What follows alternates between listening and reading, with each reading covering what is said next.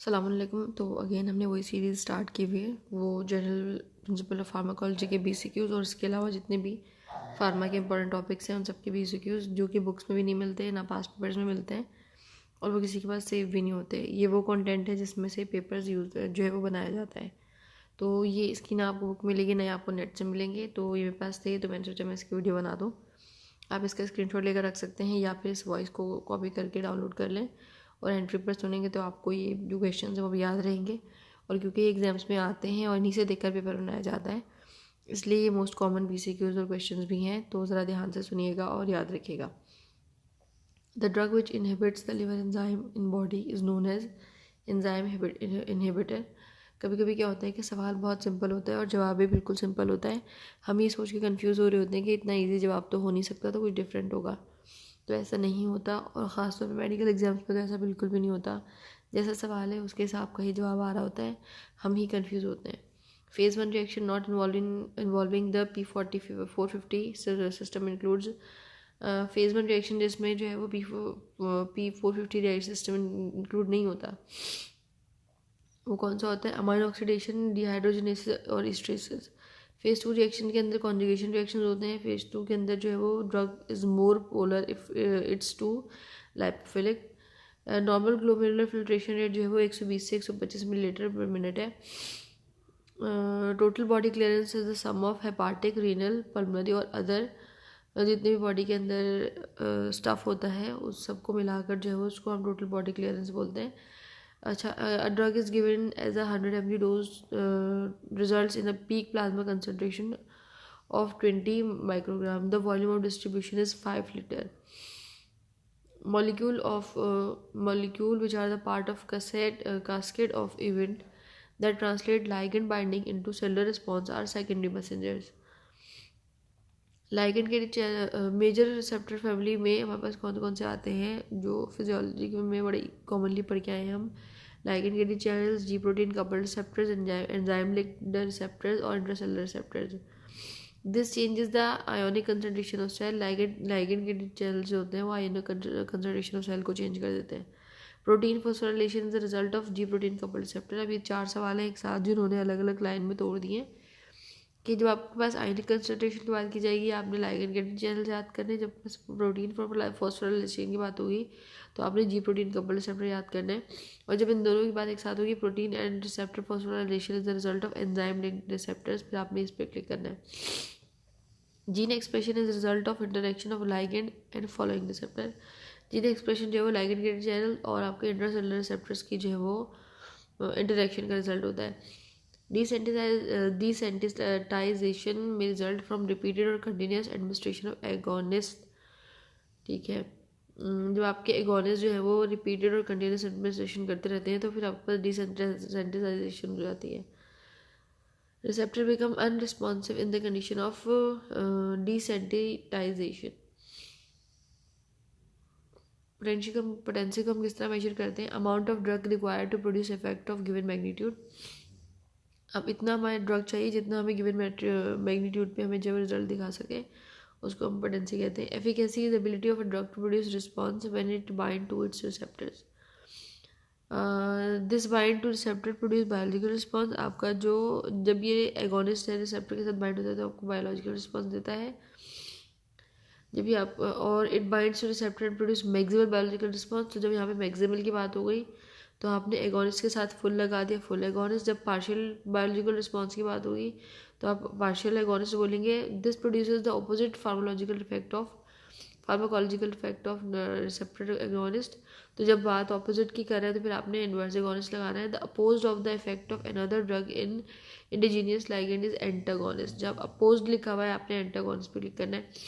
When the antagonist and agonist bind to the same side, the antagonist is competitive antagonist. Drug X produce maximal contraction of muscle. If of muscle, drug is considered as full agonist. मतलब muscles की maximal concentration करा दी तो आपके पास जो है वो drug full agonist होता है। The steady state concentration of a drug can be double by doubling the rate of infusion. जैसे ही आपने ड्रग का जो इन्फ्यूजन का रेट है उसको बढ़ा दिया तो जो आपके पास स्टेडी स्टेट कंसंट्रेशन है वो भी डबल हो जाएगी। Phase 2 reaction of drug biotransformation में usually leads to inactivation of the drug. Half-life of a drug may be helpful to determine time to get steady state. Okay, drug to use treat pain and inflammation. An excessive amount of uric acid in the body can lead to what condition? जब आपको ज़्यादा अरसे तक uric acid रहता है तो आपको kidney stone हो जाते हैं. Local esters and aesthetics include procaine. Nitrous oxide has good analgesia effects. Rapid recovery is done by isoflurane. Potent anesthesia and rapid onset is done by thiopental. Fentanyl has good analgesic activity. Propofol has poor analgesic activity. अच्छा, आपके पास nitrous oxide के पास analgesic activity जो है वो अच्छी होती है और प्रोपोफोल के पास जो है वो पुअर एनाल्जेसिक एक्टिविटी होती है. Selegiline is monoamine oxidase. It's an inhibitor. Atypical antidepressant includes bupropion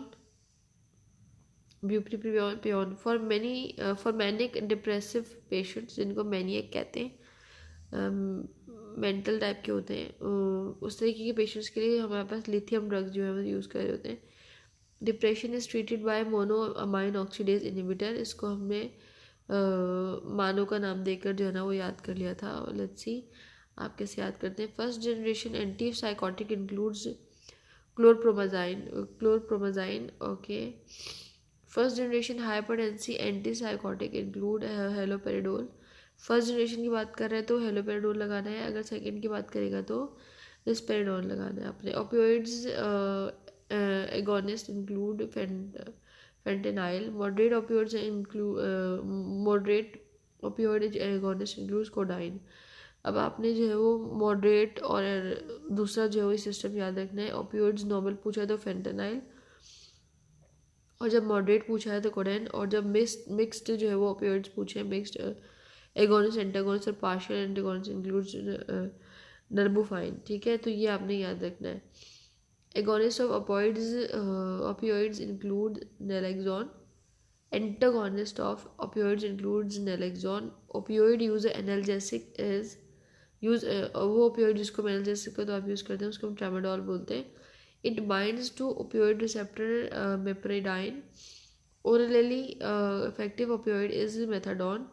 Heroin is converted into morphine. Semi-synthetic derivative of morphine is oxycodone. बहुत कॉमन है ये, जब देखो पेपर में रिपीट होता है. Opioid adverse effect include respiratory depression and coma. Opioids के जब एडवर्स इफेक्ट्स की बात हम करते हैं, साइड इफेक्ट्स की बात करते हैं, तो रिस्पिरेटरी डिप्रेशन और कोमा तक जा सकते हैं. Opioids overdose is treated by naltrexone. Naltrexone is similar to naltrexone. Epilepsy is treated by carbamazepine. Epilepsy caused by high fever is febrile seizure. When no specific cause of epilepsy is found, it is called idiopathic epilepsy. जहाँ पे भी आपने idiopathic कोई चीज़ पढ़नी है, आपने ये बात याद रखनी है कि इसका कोई कॉज हमें अभी तक मिला नहीं है, तो इसलिए हमने इसके नाम क्या है idiopathic लिख दिया. लाइक जैसे idiopathic thrombocytopenic परपीरा होता है, उसमें हमें पता नहीं चल रहा होता है कि परपीरा का वैसे रीज़न क्या है, पर हम एक दो जो है वो सजेशंस देते हैं कि ये कंडीशन हुई होगी. जिस तरह हम पेशेंट की हिस्ट्री देखते हैं उस हिसाब से, और फिर जो है वो रीज़न बताते हैं. वैसे कोई जब तक रीज़न आपको रिटन में क्या कहना चाहिए, प्रोफेशनली तौर पे ऑफिशियली तौर पे नहीं मिला होता, तब तक आप उसको इडियोपैथिक कहते हैं. Seizures result in loss of consciousness is known as tonic clonic. Sodium channels are blocked by phenytoin drug affecting skeletal muscle. Skeletal muscle relaxant में आपके पास depolarizing and non polarizing agents आते हैं. Skeletal muscle relaxant long acting non polarizing agents. जब आपके पास non long term आप activity की बात करते हैं स्केलेटल मसल रिलैक्सेंट्स में, तो आपने ट्यूबरक्यूरेराइंस की बात करनी है, और जब आप जो इंटरमीडिएट एक्टिंग की बात करते हैं तो आपने फिर क्यूरेराइन की बात करनी है. ठीक है.